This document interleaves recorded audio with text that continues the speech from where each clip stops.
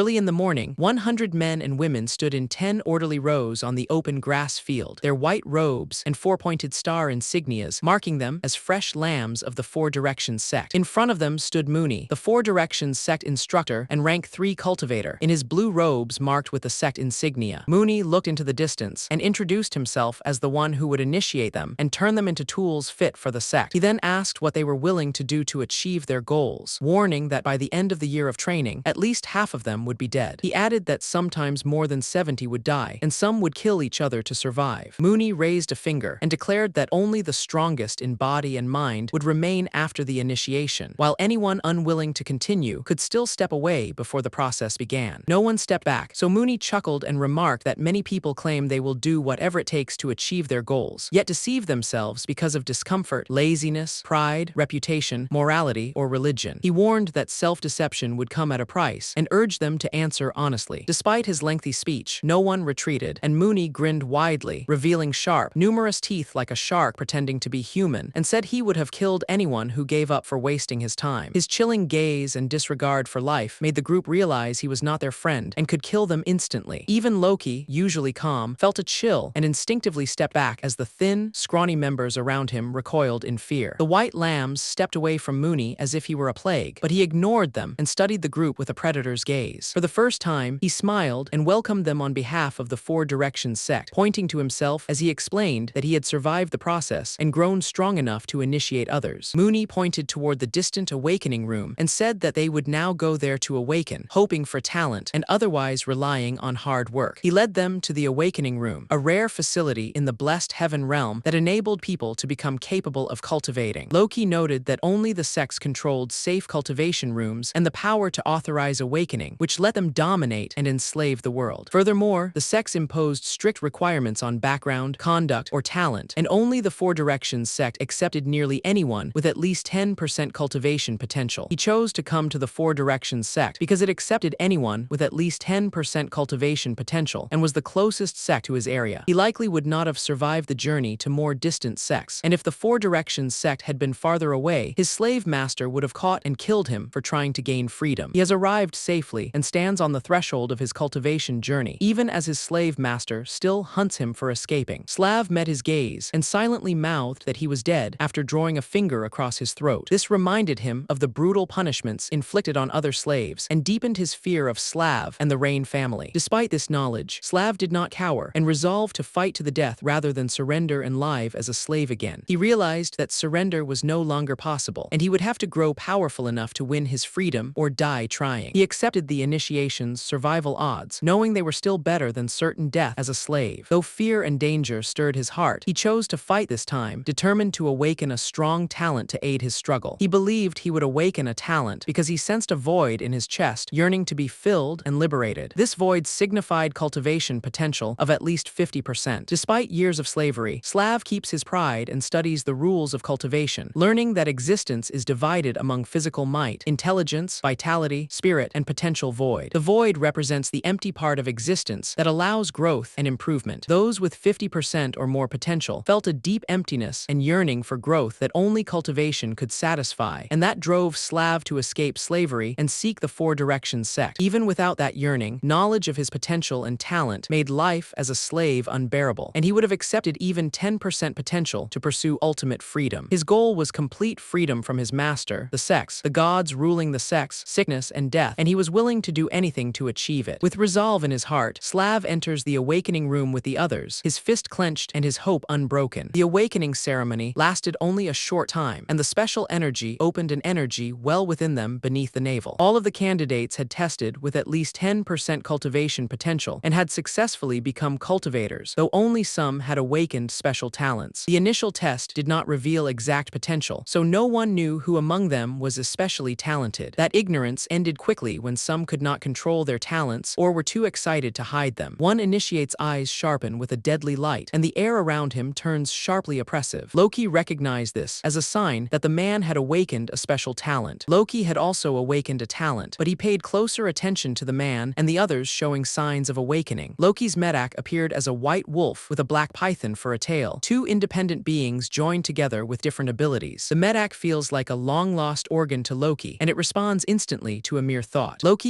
used the White Wolf's power identification ability to judge whether the Sordora man was prey or predator. The ability reveals that the man is human, with energy quantity 54, energy density 1, energy rank 1, body 0, 5, soul 0, 6, and a medak named Sword Heart. Loki deciphered the vague data into concrete information, revealing that the man possessed a medak that increased his affinity with swords and a cultivation potential of 54%. Loki examined the others in the awakening room and felt a stirring hunger rise in his chest. The black python of Slav's medak flickered eagerly as it sensed Slav's power, and Slav's data revealed a human body with energy quantity 95, energy density 1, energy rank 1, body 0, 4, soul 0, 9, and medak rewind as a divine ability. Loki noted Slav's extraordinary talent and powerful medak, then resolved to kill and eat Slav to seize that power for himself. Loki began his hunt by placing the tracking mark on Slav, setting the stage for his second set of abilities to take effect. After marking Slav as prey, Loki calms himself and waits for a chance to approach, while Slav meets his stare with a defiant sneer and a threatening gesture at his own neck. Loki maintained a defiant stare without backing down, and the two finally looked away to attend to other matters. Mooney congratulates the assembled initiates on their awakening and welcomes them into the Four Directions sect. Mooney explained that their competition for survival would begin tomorrow, and that the training would start at the same time. These would be the major criteria for elimination, and he added that they might also train in physical fighting, body forging, mental fighting, mind refinement, and curse techniques. Completion of the training would mark their initiation as worthy members of the sect, and Mooney solemnly explained that it would last 1 year, with evaluations every week or month. Some would be rewarded for excellent performance, while others would be eliminated for poor performance. He warned that at least one initiate would die every week or 4 every month, urging them to think of this as motivation to achieve greatness as they went to their lodgings. Mooney paused to let the listeners think before explaining that the Four Directions sect was far larger than the 100 initiates present, with many other groups already underway and at least 10,000 initiates in total. He acknowledged that some sects look down on the Four Directions sect for accepting every potential cultivator, but he stressed that the initiation program would separate the worthy from the unworthy and give the truly deserving a chance to rise, even if their talent was lacking. Mooney admitted that he had only 45% potential and had never awakened a talent, but he survived through luck and hard work. He then led them to their accommodations. Loki refrained from using the power identification ability on Mooney and kept his attention fixed on Slav. Upon arrival, Loki did not rush to choose a room, and Mooney warned again that fighting and causing disturbances were forbidden in the accommodations. Loki half-listened and nodded in agreement as he followed Slav up to their room, openly visible and unbothered by being noticed. After reaching the small house Slav favored, Slav asked why Loki had been following him and whether he had awakened a talent that gave him the courage to approach. Slav sneered and called Loki a slave, insisting that no talent Loki awakened would ever change that. Loki bowed his head and said that he had come to apologize. Slav laughed at Loki's desperate apology and coldly declared that Loki must die for the sake of the Rain family. Instead of revealing the truth, Slav demanded that Loki crawl over, bow down, and kiss his feet before he would plead for mercy with his father. Loki complied without hesitation, crawling forward to kiss Slav's feet before lunging with a sharp wooden dagger towards Slav's throat. Loki had trained himself to fight and kill, and Slav stood helpless as Loki severed his carotid artery in the accommodations. Despite dying, Slav remained calm and told Loki that, although he had not expected such courage, Loki had still failed because he was a slave who would forever remain under Slav's control. Slav vowed to return and make Loki suffer worse than death, but Loki ignored the threat and kept attacking until the wooden dagger broke, then punched Slav's face to finish the killing faster. Lost in the act of killing, Loki forgot his original purpose and focused solely on ending Slav's life. After a few moments, Slav died under Loki's assault, and Loki felt the death resonate deeply within his energy while as Fenrir silently rejoiced at the successful hunt. Loki wept with overwhelming joy at his hard-won freedom, and the memory of his first sight of Slav returned to him as a child was carried to watch a deadly mud pit fight for food. Loki remembers how Slav whipped a slave to death and hunted him and the other slaves with dogs. Terrible memories surfaced unbidden in his mind, each one renewing his desire to kill Slav. After Slav dies at Loki's hands, a surge of intense satisfaction and joy floods him as the mark Loki planted rushes into his energy well and snaps shut around the rewind medak within him. The black snake mark engulfs the transparent crystal butterfly rewind medak, preventing it from activating after Slav's death and allowing Loki to retrieve it. Loki understood that the black python portion of his medak activated only when a hunt was successful and the target was dead, with abilities Seal and Devour. Loki touched Slav and activated Devour. The black snake rushed from Slav's energy energy well into Loki's hand, taking the rewind medak along the way. The black snake enters Loki's energy well and fuses with Fenrir, causing the white wolf to grow a transparent crystal wing and awaken the rewind ability. Muni appeared beside Loki and scolded him for letting emotion cloud his judgment, calling his behavior disgraceful and embarrassing. Muni waved his hand, releasing a blue crescent of water that decapitated Loki and cut Slav in two. Upon death, Loki's consciousness detaches from his body and anchors itself to the Fenrir medak within him, cutting off his pain as the rewind ability begins to take hold. Loki recognized the river as the river of time and watched Fenrir struggle upstream against the current, its wings beating hard as the effort wore it down. Fenrir reached the point in time when Loki awakened it, unable to go further because it did not exist beyond that point. Fenrir plunged into the scene of Loki's awakening, descended from the river of time, and fused with the Fenrir already inside Loki's energy well. Loki's future and past consciousnesses fuse together, and he smiles with subdued excitement, convinced that nothing can stop him now, not Slav or anyone else. Loki used power identification on himself and confirmed the changes in his own status, while those nearby mistook his excitement for an awakening potential. Fenrir used power identification, tracking, seal, devouring, and rewind abilities. Fenrir displayed more accurate and abundant information about himself than about others, because his body did not resist the power identification ability while the existences of others did. Fenrir is astonished to confirm that he has gained the rewind ability from Slav, and that his energy has doubled after devouring the rewind medak. Fenrir wondered whether the extra capacity came specifically from rewind, or whether Fenrir gained more space for each medak devoured. He smiled, knowing he could confirm his theory by repeating the process with nearby resources, and he decided to examine Slav first out of hatred and lingering resentment over the gift from his last life. Fenrir used power identification on Slav and saw that Slav was a human with 95 energy and the danger sense, divine medak. Fenrir was shocked by Slav's new powerful ability and wondered why the rewind medak had disappeared and how abilities awakened and were determined. Despite his curiosity, Fenrir focused on the more pressing question of extra energy capacity and resolved to devour Slav to see whether he would gain extra energy and a new divine ability. Slav's danger sense medak activates, warning him of Fenrir's intent and making him turn to face the threat with surprise before settling into wary caution. Fenrir remained intent on killing Slav to seize the danger sense medak, and the alert drove Slav closer to Muni at the front of the room, fear plain on his face. Slav feared death, and he could not understand why Fenrir would throw away his life even after gaining access to the Four Directions sect. Slav wondered if Fenrir hated him so much or believed the sect would protect him if Slav died. Slav sighed in relief when Fenrir finally gave up trying to kill him, realizing that the danger had truly passed. He examined the two remaining awakened individuals, a young man with a sword heart medak and an older man with a beautiful woman medak. Fenrir dismissed the beautiful woman medak and resolved to obtain the sword heart medak as soon as possible. Muni leads the group to their accommodations, while Slav decides to stay in the city instead of living in the dorms. The city beyond the sect grounds belonged to the Four Directions sect, as did the entire central plain, an area 10 times the surface area of the Earth, including its oceans. The sect grounds hosting the initiation program are one of many outposts of the Four Directions sect, and the city is one of many settlements under its control. Loki realizes that the core of the Four Directions sect is still beyond his reach and settles for a nearby outpost instead. The outpost lies close enough to Slav's old home that the Rain family is nearby, making it easy for him to return. Slav chose to remain in the city with his elder brothers, trusting them to protect him from those who would sacrifice everything to kill him. Slav's right to remain in town is a rare privilege, granted because he came to gain strength and could afford the fee to leave the sect grounds. Former slaves like Loki had no opportunity to leave the sect grounds without becoming members of the Four Directions sect or facing death. Those who failed to join were often killed, their corpses butchered to feed beasts raised by true disciples, and the rare alternative was enslavement by a cultivator. While Slav escaped, Loki continued his hunt like a wolf stalking prey, but he decided to let Slav go for now until he found a way to deal with him. Loki's prey remained unaware that he was being hunted, and many people gathered around him after noticing that he had awakened an innate medak talent. Some grew jealous, while others tried to befriend him to gain favor and improve their chances of surviving the initiation program. Many came to congratulate the young man and offer gifts. Loki denies that he awakened an innate medak while trying to stay close enough to seem sincere. People thought Loki was trying to ingratiate himself as well, and he waited his turn among the others who wanted to meet the young man without complaint. Loki smiled to himself and offered secret information to the young man, hiding his true intent behind a friendly gesture. He asked to be alone with the young man, and the young man agreed, trusting that killing was forbidden and that secrets were safest when few people knew them. 2 seconds into their meeting, Loki moved close as if to whisper, then stabbed the young man in the throat with his wooden knife. Mooney notices the killing on sect grounds and appears seconds after the murder, alarmed by the transgression. Loki had already devoured the sword heart medak before Mooney arrived, and the new medak had fused with Fenrir, giving the white wolf a metallic sheen. Mooney stood behind Loki and looked down at him and the bloody scene while demanding to know why he had killed the young man. Mooney's derision grows as he accuses Loki of trying to eliminate a competitor and warns that he will make Loki wish for death. Mooney's anger deepens as he coldly tells Loki that he will show him unreasonable cruelty and make him beg for death without granting it. Mooney waved his hand at Loki 4 times, and each wave sent a sharp, curved water blade flashing toward Loki. Loki is struck by 4 precise water blades that sever his limbs at the joints without hitting anything vital, and he screams in pain. Loki activated the rewind ability as the Fenrir medak within him flapped its crystal wings and rose into the river of time. Fenrir carried Loki's consciousness upstream through the river of time until the journey reached its limit and both returned to the physical world. Loki awakens again at the moment of his past awakening as the Fenrir that devoured the sword heart medak descends from the river of time and fuses with him. After absorbing his future memories and using the power identification ability, Loki carefully noted his age, race, energy quantity, density, rank, body, soul, will, skill, and medak abilities. He clenched his fist and smiled, confirming that his energy capacity had tripled. Then he focused inward on the Fenrir medak and realized the 2 extra energy spaces were inside Fenrir, not his own body. Loki turned a predatory gaze on the people around him, already plotting whom to hunt and devour, while Slav sensed his murderous intent and stared back in surprise. Loki grumbled and looked away before turning his gaze back to the young man he had killed in his last life, studying the differences between him and Slav. Fenrir could not explain why the young man awakened the sword heart medak while Slav awakened a different medak, so Loki resolved to discover the reason himself. Loki concluded that the difference in potential and medak type might explain the variations, but he remained uncertain because of his limited experience. He decided to consume what he could and observe the outcomes, then used rewind to return to the moment when he had awakened. He checked his power with anticipation, and the power identification ability showed that Fenrir still had only 2 energy chambers after devouring the second sword heart medak. Loki checked Slav and the young man, finding their states unchanged from the previous timeline, and clenched his teeth in frustration as he considered the missing rewind medak. The people around him noticed his anger and concluded that he had failed to awaken an innate medak and might have poor potential. Loki stands amid the crowd's mixed reactions, angry that others have such good talent, while most of the onlookers feel jealous of the person who awakened an innate medak. The crowd assumed Loki's open anger signified very poor potential, and those with weak talent felt relieved that someone else was in a worse position than themselves. Mooney noticed Loki's behavior, smiled, and reminded them that fighting and killing were forbidden on the sect grounds, warning that breaking the rule could lead to death or severe torture. Mooney advised everyone to control their emotions, not lose hope over poor talent, and to rely on hard work and strong will to succeed in the initiation program. While Loki realized the warning was aimed at him, Loki ignored the admonishment and weighed the uselessness of the sword heart medak, considering whether to target the beautiful woman medak next. He wondered whether the transformation into a woman would happen all at once or little by little, whether it would be temporary or permanent, and whether he could become a man again by deactivating it or reversing time. The possibility of permanent change unsettled him, and he decided not to risk it because many other medaks existed and he could find a better option later. Loki recalled Mooney's warning about the other participants in the initiation program and decided that waiting was the best course of action, feeling relieved. He acknowledged Mooney's advice about dedication, but he said he would not become a woman for power unless no other options remained. The world continued around him as others ignored his internal conflict and filed out of the awakening room. Loki decided not to reverse time yet, listened to Mooney's speech without much interest, and then followed the class to their lodgings. This time, Slav stayed in the lodgings because the monster did not stalk prey or try to eat him. Loki went directly to his accommodations and spent the day scouting the surrounding area, where he discovered a transparent barrier beyond the lodging walls that seemed to isolate the entire place. The lodging area lay at the edge of the sect grounds, with a single passage leading out through the gate they had entered earlier. Loki spent most of the day examining the lodging area and learning about his situation. Unable to break the barrier, he decided to be patient and slept peacefully instead of trying to escape at night. The next morning, he joined the 100 trainees as they walked together to class through the only gate and toward a different building. Mooney addresses the seated group and warns them that awakening and building energy are only the beginning, and that those who fall behind may be culled like informed farmed sheep. Mooney asked what cultivation was and wrote the word on the blackboard, then numbered 1 through 9 with an arrow beneath to show progression. He defined cultivation as a process of ascension and profound change that elevates a person to a higher state of existence. He also noted that everyone can cultivate, though at different speeds and efficiencies depending on their potential for change and improvement. Mooney explained that other sects demanded at least 40% potential for entry, since that was the level needed to reach rank 3 within a lifetime, but that the Four Directions sect did not dismiss those below that mark. Mooney explained that the Four Directions sect believed everyone could serve a purpose, even if not through personal cultivation. He stated that those unable to cultivate to a higher level could still serve as fuel and resources to help others advance, which was why the sect accepted anyone with potential above 10%. Mooney explained that even talentless mortal slaves could still serve the sect in harsh but practical ways. He told them they stood at a crossroads, to become the fire that ascends or the fuel that helps another fire burn brighter. After laughing heartily, Mooney redirected the class to cultivation and explained that cultivation involved the energy well and the energy it contained. He explained that the energy well was an empty part of existence that allowed change and improvement, becoming a container for internal energy drawn from within rather than from the environment as in ancient cultivation. He noted that cultivators must rely on vitality and stamina to cultivate, then slapped his lower stomach and explained that stamina is the capacity to do work before tiring. He questioned why stamina had limits despite rest and food, then explained that their stamina had increased since awakening because their energy wells contained life energy used to move the body and activate medax. Mooney said they would discuss medax next week and focused on life energy replenishment and enhancement. Mooney paced before the class and explained that life energy in the energy well could be replenished with food and energy stones, then held up a small gray crystalline stone to stress its importance in cultivation. He explained that cultivation improved the quality of life energy by nourishing the energy well, but it also consumed life energy in the process. Since resting restored life energy only slowly, cultivators used energy stones to replenish it quickly and accelerate their cultivation. Mooney explained that the energy well grows stronger through use and nourishment, and that cultivation now means increasing the density of life energy produced. Increasing the energy well's capacity was difficult or impossible for most, and he explained that its size was determined by potential, which affected maximum capacity, natural energy recovery rate, and cultivation efficiency. A larger energy well recovered energy faster and was nourished more quickly, speeding cultivation, but its size was the hardest aspect to change. Sighing, Mooney said that lifespan was even harder to improve. He added that humans had a natural potential limit of 90, while other creatures had twice that, and he spoke with clear envy about dragons whose awakened energy wells could hold thousands or even tens of thousands. Mooney had asked the question with awe on his face, and the group was now seriously considering how enviable a dragon's energy capacity in the tens of thousands would be. Loki thought about Mooney's claim that humans had an energy capacity limit of 90, and he found it hard to believe because Slav had awakened with 95 units. He concluded that Slav could not be a normal human. Mooney continues explaining cultivation, while Loki listens in thoughtful silence. Mooney then instructed them on nourishing the energy well with life energy, emphasizing the importance of paying attention and spending time on the process. He explained that cultivation involved focusing on the energy well and swirling the life energy within it clockwise or counterclockwise, like stirring soup in a pot. He added that the motion forced life energy into the walls of the energy well, refining them and speeding cultivation in larger wells. As cultivation advanced, the energy well's transparency faded, marking steady progress from early rank 1 toward peak rank 1 before rank 2. Mooney noted that talent influenced cultivation speed, but the speed and duration of swirling life energy, determined by hard work and focus, were also crucial. Life energy is consumed to refine the energy well, and the body must draw on its own strength to replenish it, leaving cultivators hungry and weak unless they endure with diligence. Mooney explained that swirling life energy required mental focus, and Loki felt the strain of cultivation as a headache and fatigue set in. Mooney observed that Loki experienced fewer headaches and could focus longer than others, and he publicly stated that Loki's mind seemed twice as strong as his peers. This announcement displeased the group, especially Slav, who resented Loki's strong mind and resolved to kill him at the earliest opportunity. Loki noticed Slav's murderous glare, guessed his intentions, and turned that indignation into cultivation fuel instead of fear. Mooney's comment about Loki's talent makes him study the others more closely and realize that cultivation is genuinely harder for some of them. He began tracking everyone's performance and comparing it with their power data from the power identification ability, and he found that those with higher soul power focused longer and complained less about headaches or slow energy swirling. When Mooney invited questions, Loki raised his hand and asked whether focus improved through soul power or body power. Mooney explained that the power of the mind improved focus, and that for them, the power of the mind and the power of the soul were currently indistinguishable. He added that a stronger soul made it easier to focus. Mooney emphasized that willpower was another important factor, explaining that greater willpower made controlling life energy and spinning it faster easier. He added that medacs would also require strong willpower, a topic they would study later in the 4th week. He informed them that rank 1 entities had body, soul, and mind power ranging from 0.1 to 1 units with an average of 0.5, suggesting their soul power was above average. However, he could not specify their willpower because it depended on life experiences and determination strength, which could be greater than 1 for cultivators. Mooney promised to test their willpower later in the initiation program, and Loki silently thanked Mooney before using the power identification ability on himself to discover his own power values. He noted that his body was slightly above average from his hard upbringing, while his soul and willpower were abnormally strong compared with others. Loki reflected that his willpower had risen from level 3 to level 4 after the life-changing events he had endured. He mused about what constituted the strongest determination and waited for training on willpower in the 4th week. Loki returned to cultivation and rested less often to recover his mind than to replenish his life energy, since he exhausted that energy faster than he grew tired. Loki used the power identification ability on Mooney and discovered that Fenrir could only confirm Mooney's energy rank as at least rank 3, with no details about race, body, soul, or medac. Loki frowned, wondering why Fenrir could not identify Mooney as human by sight, and suggesting that race might not be determined visually. Mooney paused in the classroom, scanned the room, shrugged at finding nothing, and then continued checking on the students with brief advice. Loki sighed in relief, realizing that Mooney had noticed something else, and not him, which confirmed his caution around powerful cultivators was justified. Mooney confirms that cultivation can extend lifespan, but only after reaching rank 6, a level reached by only about 100 people in the entire blessed heaven world. He explained that with over 100 million rank 1 cultivators, the chance of ascending to rank 6 was 0.0001%, and he advised everyone to forget about it. The young man clenches his fist in excitement and declares that as long as there is a chance, he will give his best effort so he has no regrets, and if he succeeds, he will achieve a great feat. Many people felt encouraged by his words, but Slav laughed, pointed at the young man, and mocked his confidence, questioning what gave him the right to covet more lifespan just because he awakened an innate medac. Slav explained that thousands awakened an innate medac each year in the 4 Directions sect, and that advancement was not determined by talent alone. He sneered that the young man was just an ordinary person who had only gotten lucky and was worth nothing more, adding that even someone from a powerful family would not dare to covet rank 6 divine power. The young man grows angry and threatens to beat Slav if he does not shut up. Mooney calmly orders the young man to sit down as Slav sneers and keeps challenging him to fight. Mooney sternly warns the young man that he will make him wish for death if he breaks the rules again, then turns to Slav with a frown and threatens to fine him for causing trouble again. Slav smiled and apologized for the disturbance, while Mooney snorted and threatened to give him 10 lashes for speaking without permission, if not for his powerful father. Loki observed that Mooney dared not punish Slav harshly, since Mooney threatened only a fine for Slav but death for the young man, even though Slav had caused the trouble. The young man feels cheated by Slav's preferential treatment and silently vows that time will prove his own strength. Mooney continued the class, explaining that Slav was not entirely wrong and that reaching rank 6 required talent, hard work, luck, and powerful connections because the competition was so fierce. He said that in ancient times, cultivators could gain extra lifespan from rank 1, with rank 1 cultivators living up to 150 years, rank 2 up to 250 years, and some rank 5 cultivators living for 2,000 years. But he found it hard to believe such times existed and considered them fairy tales now. He then resumed the lesson, and they continued studying cultivation for hours with brief pauses to rest. Mooney had few expectations and allowed anyone to sleep as long as they did not make noise. After class, Mooney woke everyone to address them, glancing at the yawning Slav. He reminded them that all but the young ones were adults free to make their own decisions and face consequences, and he said the A-Tower free lesson would not happen again. He assigned them 1 month to prepare for a cultivation test, after which the 4 weakest would be eliminated. Some students were nervous, especially those who had made little progress and feared elimination. Mooney acknowledged their lack of talent and urged them not to give up, explaining that hard work could make up for it. Everyone became excited at the prospect of earning money to speed cultivation, and Loki looked forward to exploring, acquiring resources, and gathering information. However, some, like Slav, sneered at their excitement, looking down on those who wanted to earn money, considering it a waste of time better spent cultivating captivating. Mooney watched the excited initiates in silence and inwardly shook his head, certain they would be eaten alive. He instructed them that it was 4 p.m. and that they had until 8 p.m. to return to their lodgings, warning that late return would result in fines and that escape attempts would lead to capture and being fed to beasts. He continued to explain the rules on the way to the market, stressing that the market was still sect grounds where fighting, killing, and stealing were forbidden. Loki listened but ignored the rules, instead studying the layout for ways to exploit it. The place where they awakened lay beyond the training area, separated by gates requiring authorization to pass. Mooney led the initiates through the gates to the market and left them there as a crowd quickly gathered to offer them work. Some offered to buy the initiates' blood, but the most common offers were loans with varied terms that shocked Loki. All the lenders demanded the initiates' blood, flesh, skin, bones, and souls as collateral, so the room hung heavy with the threat of what would be taken if the debts were not repaid. Repayment was only allowed after 1 month, and if a debtor failed to repay after a year, the principal would double each year until payment became impossible, ending in disassembly and the sale of body parts. Loki thought the lenders were greedy, but many initiates considered the loan of 10 energy stones for 11 in repayment reasonable, ignoring the high interest rates and the risk of default. Despite his reservations, Loki lined up to take a loan while Slav noticed him and mocked him cruelly, boasting that he would have bought Loki's worthless life if he had known how poor he was. A group of older followers laughed with Slav and mocked Loki loudly before leaving, and Loki calmly accepted the 100 energy stones loan by cutting himself and pressing his blood onto the contract. The lender smiles with hope for future business, and Loki smiles back as the lender leads him into the shop to discuss more ways to earn and spend money. Loki declined the slower offers and refused to have his entire existence examined, choosing instead to focus on the cloudy date that could quickly raise his cultivation to the middle of rank 1. Though the cloudy date cost 2,000 energy stones and was lost after a single use, Loki valued it because it could reverse time and only cared about items, information, and energy within Fenrir that he could take back through time. Loki gave up on buying the cloudy date because it was too expensive and decided to try cultivating it on his own first. He left the man's shop, walked around the market, and then returned to cultivate. Loki walked around and took in the many places where money could be spent. He did not spend money on entertainment and instead focused on ways to grow stronger, now looking into medaxe or weapons for cultivation. He found that rank 1 medaxe were priced between 500 and 1,000 energy stones, which was too expensive. Security in the shops was manned by people at rank 2 or peak rank 1, making stealing impossible. He realized that the money he had borrowed was not enough and asked whether he could borrow more. He was told that he would need to wait at least 1 month and undergo a thorough evaluation, with better results reserved for those who survived and performed well in the initiation program. Loki accepted the wait, decided to return to cultivate with 100 energy stones he had, and kept browsing the market. He examined the weapons and became interested in a large metallic humanoid structure with arms and legs but no head, its torso formed by a cylindrical drum. The limbs were agile and could twist and turn in ways human limbs could not. Loki saw someone inside, controlling the humanoid weapon with levers and pedals. The man inside the mech notices Loki watching, shuts the machine down, and steps out to wipe away sweat before approaching him with a question. Loki nodded calmly and asked about the weapon, while the man proudly explained that it was his most prized possession, a rank 2 combat armor. He explained that the combat armor was different from golems and puppets controlled by mind power because it fused a cultivator's power and energy with the armor to produce greater output. Without prompting, the man shared information about golems, puppets, and combat armors. Golems were mechanical beings capable of independent action requiring only instructions, making them intelligent. Puppets required active control, making them cheaper and easier to make. Loki learned that combat armors were the most expensive because of their complex control systems and power cores, and that the forging branch of the Four Directions sect produced them. After the man finished, Loki asked the price, and the man replied with a chuckle that it cost 3,000 energy stones, clearly doubting Loki could afford it. Loki asked to learn the skill, but the man refused to sell it because it was his livelihood and could earn him more money. Loki continued cleaning the combat armor with the same towel, then remarked that selling one's livelihood could be unwise, though it might happen for the right price or in desperation for quick cash. The man laughed and said he was not desperate, insisting that Loki had nothing compelling enough to trade for the skill, and Loki replied that he would be back before leaving. The man glanced at Loki, shook his head, and remarked on the hope Loki carried, wondering how long it would last. Loki then finished his tour of the market and spent the rest of the day in the gambling dens, watching without placing a bet. Loki watched people gamble on beast fights, medak loads, and the lottery, noting how difficult each of those popular ways to earn money could be. He noted that gambling on medak loads was harder because many stones were fake or or empty, and only about 3% of people won by finding a living medac inside. The lottery involved selecting a fish from 10,000 in a barrel, and a special grain swallowed by the lucky fish determined the winner, making success less than 1% likely. Loki noticed that lower chances of winning corresponded to higher rewards, from beast fights and medac loads to the elusive lottery. After leaving the market, Loki returned home to cultivate. He entered the bedroom, sat on the simple bed with his back to the wall, and concentrated on his energy well, where only a faint white layer showed 2% progress toward the next stage. He recalled that talented cultivators with 50 potential could reach the middle of rank 1 in 2 months without resources, but with his 77 potential, 100 energy stones, and diligence, he expected to reach that milestone in a month, ensuring safety from the end-of-month test where the worst 4 would die. Instead of focusing on the walls of his energy well, Loki turned his attention to nurturing the energy chambers within Fenrir, knowing that the cultivation would endure when he rewound time. He aimed to become strong enough to subdue Slav after awakening his energy well, so he focused on Fenrir's cultivation to power its traversal of the river of time. He acknowledged that he still needed to refine his energy well before advancing to rank 2, and that multiple energy wells, including those in Fenrir, would require 3 times the work of others. Despite the workload, he remained unfazed, confident in the time available and his supply of 100 energy stones. Loki concentrated on one of Fenrir's 2 energy chambers, siphoning energy from his energy well and the other chamber to nourish it. When his internal energy was depleted, the protagonist drew power from the stones and carefully avoided crushing them so that none of their energy would be wasted. Each energy stone contained about 100 units of energy and crumbled into crystal dust when depleted. Using the stones, Loki maintained a continuous whirlpool in the energy chamber during cultivation, enhancing efficiency and preventing bodily fatigue despite the intense focus required. After 1 hour, Loki stopped to use his power identification ability and confirmed that his progress had increased by 2%, matching the result of an earlier 8-hour session. He acknowledged that he had underestimated the stone's effect and calculated that maintaining this pace twice daily would reach the middle of rank 1 in 25 days. He compared the cost of stones and time, concluding that 800 stones was affordable, while 2,000 stones was expensive in terms of cultivation days saved. At the end of his deliberation, he decided that if he had the money, he would rather spend 2,000 energy stones to save 45 days. But since he had the time, he could afford to cultivate without them. He noted that 800 energy stones and 25 days of cultivation applied only to 1 energy chamber. He felt relieved that he had found a way to earn the money needed to shorten his cultivation, and he settled his mind before going to bed. Before closing his eyes, he recalled that his skill had improved from 10% to 30%, showing better control over his internal energy and medacs. Mooney spent an hour answering questions about cultivation before moving on to another topic. Mooney observed that the young master had advanced to the middle of rank 1 with just 1 day of cultivation, while Slav smugly boasted that he had reached the peak of rank 1 and dismissed cultivation as for suckers. Mooney congratulated him calmly, but Loki's eye twitched in anger as he judged Slav's breakthrough to be unearned. Loki wished to confront Slav, but stayed silent to avoid Mooney's wrath. Slav inwardly cursed the unfairness of life, then calmed himself by remembering that he was cheating too by using Fenrir. Many others resented his rapid advancement and dismissive attitude. Craig glared at Slav with intense anger, while the others smiled and congratulated him, and Loki watched the sycophantic praise with disgust. Mooney called the class to order and announced that the next hour would cover medacs and their skillful use, followed by free time for the rest of the day. Tomorrow's lesson would introduce willpower training and last 3 hours. For the week, the students' schedule includes 1 hour each day for cultivation, medacs, and Dao Heart, and they will choose their first medac and cultivation path at the end of the week. Mooney begins his lecture as Loki, still suspicious, watches Slav's eager reaction and tries to set aside his doubts. Mooney began explaining that medacs are metaphysical objects that transcend life and death, manifesting the world's power in a usable form. Mooney explains that medacs are fragments of the world's power and the great Tao, then recalls the old tales about ancient cultivators. Mooney explains that ancient cultivators left no record of using medacs and instead relied on spells powered by environmental energy. He suspected that the use of medacs made new cultivators stronger and capable of eliminating ancient cultivators. Mooney paced as he spoke, explaining that medacs range from rank 1 to rank 9 and include core medacs, branch medacs, common medacs, and divine medacs. He pointed at Craig and explained that the Sword Heart medac was common, even among half the people in the Sword Way sect. He stated that divine medacs were unique, with only one existing in the world at a time, and no one else could possess the same kind. Mooney explains to Craig that only divine medacs can reach ranks 6 through 9, making divine beings extremely rare, and that Craig lacks the luck and connections needed to reach rank 6. He asked Craig if he would give up, and Craig answered that he never would. Mooney laughed boisterously and urged everyone to keep trying their hardest, while Loki quietly considered the point before explaining why divine medax could not simply be transferred. He wondered aloud whether Slav was talented enough to awaken a divine medax other than a common one, and he considered helping Slav realize that potential. Slav sensed a faint threat from Loki and narrowed his eyes at him, while Loki ignored the tension and stayed focused on the lesson. Mooney calmed down, coughed, and resumed the class by explaining core medax and branch medax. He explained that core medax formed the foundation of the path to power, each pointing toward a supreme Tao, and that one must fuse with a core medax as a life-bound medax to borrow a portion of the supreme Tao's power. He explained that core medax made cultivators stronger than ancient cultivators, while branch medax could substitute for spells, and he cited the sword way sex combination of phantom blade medax, sword edge medax, and sword heart medax as an example. Mooney explained that the sword heart medax elevated the cultivator's existence and allowed the combination of many branch medax. He drew a diagram on the blackboard with a large circle labeled sword heart medax, surrounded by smaller circles labeled phantom sword, sword edge, flying sword, and breaking sword, all connected to the center. He compared the core medax to a spider and the branch medax to nodes in its web, stressing that a cultivator must choose only one core medax with great care. He advised those with an innate medax to use it as their core medax, since it suited their nature best, and warned that choosing the sword heart medax would reduce support from the Four Directions sect and intensify competition for resources. He told the others they were lucky to have 5 core medax to choose from in the Four Directions sect, whose 5 branches included a central enslavement branch founded by the sect's ancestor and unable to reach rank 9. Mooney laughed, saying that rank 9 was a concern for those who could reach it, not for those struggling to reach rank 5. He then listed the 4 other pathways: forging, mind hunters, death, and money, along with their core medax. He announced that he would spend the rest of the week discussing these pathways and their branch medax, after which students would choose one core medax and one branch medax of that pathway. He told them to prepare and listen attentively, then coughed loudly and began the main portion of the lecture. In the lecture hall, Mooney explained that the Four Directions sect's core principle was controlling other things to fight and gain power. He illustrated that the enslavement pathway involved controlling living beings like birds, fish, insects, plants, and humans to fight for them, while the death pathway controlled the dead to fight. The forging pathway controlled non-living objects such as puppets, golems, and combat armors as weapons. The mind hunter pathway controlled intangible things like emotions and memories as weapons. The money pathway used money as a conceptual tool to fight and control others. Mooney emphasized that the sect rarely fought directly and instead relied on other methods to strike from a distance. He then detailed the branch medax for each pathway so the students could understand their options. He explained that those on the forging pathway could transform into machines, while those on the death pathway could become zombies, and the class continued for an hour as he elaborated on all pathways. By the end of the class, Loki had gathered enough information to choose his pathways, and he selected the forging pathway and the mind hunter's pathway. Mooney noted that all pathways except money required a powerful mind, while money demanded high energy and a large energy well. The forging and mind hunter pathways had no conflicting requirements, so Loki chose mind hunter because it could target the other 4 pathways and protect him from enslavement or control. He realized that while he might not guard against the money pathway, mind hunter would protect the foundation of the other pathways by hunting the mind. Thus, mind hunter would control the intangible, and forging would control the tangible. He decided against choosing any more pathways, so he would not spread his focus too thin, and he kept his 2 core pathways private. Mooney explained that core medax could only be acquired by joining a sect or awakening them innately, while branch medax could be bought outside, which explained Slav's excitement about selecting pathways. After class, Mooney allowed the students to go to the market to find ways to earn money, but said the hunting ground would open only when they could hunt beasts there. At the market, most students went for a second time, while Loki stayed behind to cultivate after acquiring what he needed. Slav went to the market with his lackeys, likely intending to buy out everything instead of earning money for cultivation. Loki returned to the lodgings to cultivate, and before sleeping he wished for concentration pills, then lay down and closed his eyes. The next day, the 3rd day of the initiation program, Loki followed his usual routine of bathing, eating breakfast, and attending class. Mooney spent an hour answering cultivation questions, while a guest speaker from the enslavement branch demonstrated the enslavement pathway with controlled beasts. After class, Loki cultivated, spending 32 energy stones and reaching 10% progress toward the middle stage of rank 1. On the 4th day, a cloaked figure from the death pathway addressed the class. The cloaked figure's identity remains hidden as a raspy voice commands the zombies, bone servants, and wraiths wraiths into obedience. The wraiths, able to pass through walls and nearly immune to physical attacks, were the highlight of the class, and afterward Loki cultivated once before running out of energy stones and being unable to cultivate again. Loki spent 16 energy stones on his 6th cultivation session, bringing his total to 96 and leaving only 4 stones, which is not enough for another session. He decides to rewind time to gain more cultivation resources after finishing his 6th daytime session, relieved that no one forced him to do it. Loki opens his eyes again, smiles, and resolves to continue while listening carefully to Muni's long cultivation lecture. That evening, Muni granted access to the market, and Loki eagerly lined up to take a loan while ignoring Slav's mocking remarks. Slav mocked Loki's former life as a slave and his habit of selling himself, but Loki ignored the taunts and silently judged Slav's pride as foolish and fatal. After obtaining a loan of 100 energy stones, Loki went straight to the gambling houses instead of returning to cultivate. He decided to try his luck at the beast fighting game instead of the lottery or medac load gambling, since he had seen no winners in the lottery and could not use medacs without core medacs. Loki wins every bet in the beast fighting arena, steadily raising his stakes until he has earned 80,000 energy stones. The gambling house refused to take any more bets and angrily threw Loki out, leaving him smug about the missed profit and mindful that killing was forbidden in the market. He then went to a nearby shop selling medacs and bought 24 cloudy dates at a discounted price of 1,800 energy stones each, paying 43,200 energy stones instead of 48,000 due to a 10% discount for bulk purchase. 9 of the cloudy dates were allotted to his 3 energy chambers, with 1 date needed for each advance from early to middle, middle to late, and late to peak rank 1, while the remaining 15 were set aside for future chambers. Loki also bought 3 branch medacs from pathways he would not specialize in, intending to devour them and use their power to open more energy chambers in Fenrir. For the enslavement pathway, he chose the insect taming medac to enslave copper armor ants that consume copper metal, which aligned with his metalworking interests. For the death pathway, he selected the ghost servant medac to enslave spirits that required little maintenance. For the money pathway, he purchased the money armor medac, which used money to defend against attacks, leveraging his wealth for protection. He spent 300 energy stones on the 3 medacs, 500 for the insect taming, 800 for the ghost servant, and 1,000 for the money armor medac. This total was only 15% more expensive than a single cloudy date. After purchasing, Loki quickly left the market and ran back to his accommodation to use the cloudy dates for cultivation as soon as possible. He still had 34,500 energy stones left, but he decided not to buy anything else and to focus on cultivation instead. At home, he locked the door and focused on digesting the cloudy dates, placing them in his energy well to watch them float in the transparent liquid. Loki directed Fenrir to swallow a cloudy date, then urged it to eat 6 more before the beast finally stopped at its limit. Loki ordered Fenrir to eat the 3 branch medacs he had bought earlier, but Fenrir refused, and Loki concluded that core medacs must be special and exclusive to Fenrir's diet. He realized the importance of core medacs when he understood that he was forcing the usually hungry Fenrir to eat something it did not want. Loki decided to find a way to obtain all the core medacs of the 5 pathways to see how much Fenrir could consume. Muni is blocked at the lodging area gate by a man in the same uniform as his own as he tries to enter. Muni asked what the man wanted, and the man replied that he was only taking a stroll and reminiscing about his time there, inviting Muni to chat with him. The man throws a pouch of energy stones to Muni, and Muni relaxes his stance while questioning why anyone would spend so much to save a slave's life. Muni connects the man's chuckling remark about Loki being only a slave to the earlier money Loki had earned. Loki confirmed the explanation, his incredible luck having already forced the old man at home to cut off his path. He then recounted how he had survived against all odds and won the initiation program with odds of 1 in 800. The man laughed and said that if gambling were so lucrative, gambling houses would go bankrupt. He then grew serious and warned that with such luck, Loki could not be allowed to continue, especially if he chose the money pathway and used cloudy dates to buy loyalty. The man said they had come to uproot the problem at its roots and hoped Muni could bear with them. Muni said he could stand by and watch, but he reminded them that the sect rules required a fine. The man replied that they would handle the fines and any backlash. Muni smiled and said it was nice working with the man, and the arrangement was settled without further obstruction. Loki woke at the tap, recognized the face before him, and instantly backed into the wall with his eyes sharpened. The man watched Loki with faint amusement and said that once a slave, always a slave. Loki felt struck by the words, found courage instead of fear, and calmly answered that he was no longer a slave. The man sneered and told Loki that the problem was the little money Loki had earned, then laid out the 2 choices: sign away his life and will, or be mentally enslaved. The man claimed he could enslave Loki's mind and said he had offered the contract only because it was cheaper than doing it by force. He warned that if Loki was stubborn, he would enslave him by force and demanded a quick answer before the night was wasted. The man chuckled and told Loki to cherish this opportunity because it would be the last time Loki made a decision alone. Loki laughed back, his amusement tinged with sadness. He questioned how wanting freedom could be unreasonable, while the man answered with a serious nod that Loki belonged to the Rain family and could be controlled. Loki's eyes turned venomous as he threatened to kill Slav, his brother, his father, his mother, and everyone else in the family, then activated the rewind medak to reverse time to the moment of his awakening. Loki gritted his teeth in anger and swore to make them beg for death at least once. The rewind medak had saved Loki's life, but he had lost most of his possessions, including 500 from his winnings, 15 cloudy dates in his energy well, and 3 medaks he had wanted to devour. He retained only the cultivation of peak rank 1 in the 2 energy chambers within Fenrir, which had not increased his physical strength or offensive capability. Loki decided to bide his time patiently, greeting Slav with a harmless smile as Slav startles, snorts, and turns away with pride. Loki chuckled, anticipating the challenges ahead, and then checked his status with the power identification ability. Mooney explained cultivation again on the first day of the initiation program, while noting the changes in Fenrir's 2 energy chambers and the unchanged density of the energy well. Loki showed little interest and slept longer during the cultivation session, then borrowed 100 energy stones without any enthusiasm. He gambled 3 times on games with odds of 5, 8, and 10, raising his stones to 40,000, and then bought 3 cloudy date medaks to bring 1 energy well to peak rank 1 at full price. Loki suspected the Rain family's pursuit was tied to the sudden influx of money, and that night he stayed awake as Simon broke into his house. Loki pretended to sleep to ambush Simon, but Simon called him out, so Loki activated the rewind medak and restarted the timeline before gambling more cautiously and winning 8,000 energy stones. After buying the necessary cloudy dates, he had 2,000 energy stones left, and he muttered that it was only 1/10 of his previous maximum earnings, while wondering whether the Rain family would tolerate it. Loki chuckled, expecting unreasonable behavior from them, and spent the night in his accommodation without anyone coming to enslave him. Mooney remarks that some have become pompous after winning money, while Loki sleeps at his desk, unaware of the glare directed at him. Afterward, Mooney allowed market time, but Loki stayed in class sleeping. He later returned to his accommodations and slept again, spending the second day of initiation doing nothing. On the morning of the third day, Loki asked Mooney how to advance to rank 2 during the question and answer session, and Mooney scoffed before answering. On the morning of the third day, Loki asked Mooney how to advance to rank 2 during the question and answer session, and Mooney explained that core medak activation must reach full energy saturation at rank 1 first. He added that after meeting these requirements, the core medak must be advanced to rank 2 to elevate one's existence accordingly. Mooney stated that the Tao heart must be at rank 2 to prevent willpower erosion by the core medak and loss of control, making 3 requirements in total. Loki raised his hand again to ask about skill level, core medak advancement, and why medak erodes willpower, and Mooney told him he was asking too many questions too soon. Mooney explains that medaks are fragments of the world that require willpower to control, warning that a cultivator without enough willpower could become a mad demon who attacks anyone. He explained that some people believe using medak steals heavenly power and requires preparation for the wrath of heaven, though he was not certain. He also said that inner demon tribulations happen from time to time, and failure can let the inner demon take over the body, so strong willpower is essential. Mooney said they would discuss refining the Tao heart and increasing willpower after acquiring core medaks. He ended with a glare indicating impatience, so Loki refrained from further questions. The day continued with a guest speaker from the enslavement pathway who brought enslaved beasts for demonstration. On the 4th day, a guest speaker cloaked in darkness spoke about the death pathway, and on the 5th day, a cultivator from the forging pathway demonstrated flying swords and weapons while explaining the high cost of starting in forging. The 6th and 7th days included guest speakers from the mind hunting and money pathways, teaching their respective subjects. By the end of the 7th day, Loki and the rest of the class had learned the pros, cons, and requirements of the 5 pathways and were ready to choose their core medaks. He understood that forging was not easy despite its lower talent requirements, because it still demanded hard work, skill, and intelligence for efficient weapon control. The mind hunting pathway is the cheapest to begin because it relies on the mind that everyone possesses, yet it demands a strong Tao heart to reach true mastery. Loki appreciated that the 2 pathways he had chosen balanced cost, with one cheap and the other expensive, allowing him to master both without excessive spending. Learning that the powerful mind from mind hunting would help him control weapons confirmed his choice. Although Loki was uninterested in the other pathways, he paid close attention to the lessons in order to understand his peers' strengths and weaknesses. He learned that the money pathway demanded the most talent, and that contract medak power depended heavily on the size of one's energy well. The forging pathway needed money and intelligence to excel, while the enslavement pathway demanded even more from cultivators who sought to master it. The death pathway required little money and only a powerful mind and soul, making it the second cheapest after mind hunting. At the end of the 7th day, the sect trainees submitted their preferred pathways, knowing they would choose their core medaks and commit to a cultivation path on the 8th day. The class was excited, and Slav, despite his usual pride, now looked forward to the coming transformation while hesitating over the danger sense medak choice. Slav knew that the danger sense medak belonged to the luck pathway and believed that using it as his core medak would keep him from becoming lost. Slav decided to wait for a sect-provided core medak, accepting the loss of the luck pathway in exchange for keeping danger sense and staying safe. Mooney wheeled a large table into the class and began calling names to distribute core medaks from the crystal spheres. When it was Loki's turn, Mooney handed him the telekinesis medak while continuing to call out the remaining names, leaving Craig and Leonard excluded because they refused the sect's core medaks. Craig chose the sword heart medak and committed himself to the sword path despite the objections around him, while Loki continued to encourage him. Leonard decided to pursue dual cultivation and keep his innate medak, since the other path would have transformed him into a woman. Mooney sternly rebukes Leonard after noticing his bitterness, and Leonard bows in shame and admits his foolishness. Mooney continued speaking to the class, regretting that he had not been given the same opportunity and explaining how potential shapes energy, cultivation speed, regeneration, and power compared with one's peers. He then revealed that he had sacrificed everything to raise his potential by 5 points and warned that the truth would become clearer at rank 2. Mooney said that he wished he could take Leonard's innate medak, but that changing medaks after advancing was impossible. Leonard admitted that he had considered abolishing his cultivation and starting again at rank 2, but he feared the death and vulnerability that could come with it. When he saw the jealousy in Mooney's eyes, he quickly shrank back and moved away. Mooney sneered at Leonard and then turned back to the class to explain the first steps of refining a core medak. Mooney explains that refining demands great energy and at least 1 point of willpower because the medak resists control. Mooney glanced at Slav and explained that at the same willpower level, a larger energy well, more life energy, and energy stones all speed refinement, while Dao heart and energy manipulation skill matter most. Mooney explains that the Dao heart cannot be taught yet, and that the class will instead focus on energy manipulation and daily cultivation practice. Mooney announced rewards for the trainees who refined their core medaks the fastest, promising an extra branch medak to first place, 300 energy stones to second, and 100 energy stones to third. After a week, they would receive their branch medaks, followed by access to the hunting grounds. 1 month into the program, Mooney would test cultivation and eliminate the 4 weakest students. Mooney wished the class luck and began explaining energy manipulation and medak skill, defining skill as the speed of moving internal energy or activating a medak. Mooney gives a concrete example of skill percentages and explains that advancing to rank 2 requires a rank 2 Dao heart, a rank 2 core medak, and full skill, while the core medak method remains a paid secret. Mooney emphasized that practice is the key to improving energy manipulation skill. Mooney spoke for an hour about energy manipulation, and Loki listened closely as the lesson connected cultivation with the movement of life energy inside the core. Mooney then explained more targeted ways to improve, stressing that practice with medaks was the most effective method. After the lecture, Mooney opened the floor for questions, and Loki raised a hand to ask how to obtain the secret for advancing the core medak to rank 2. Mooney explained that each core medak had a different advancement method, which could be purchased from the sect for 1,000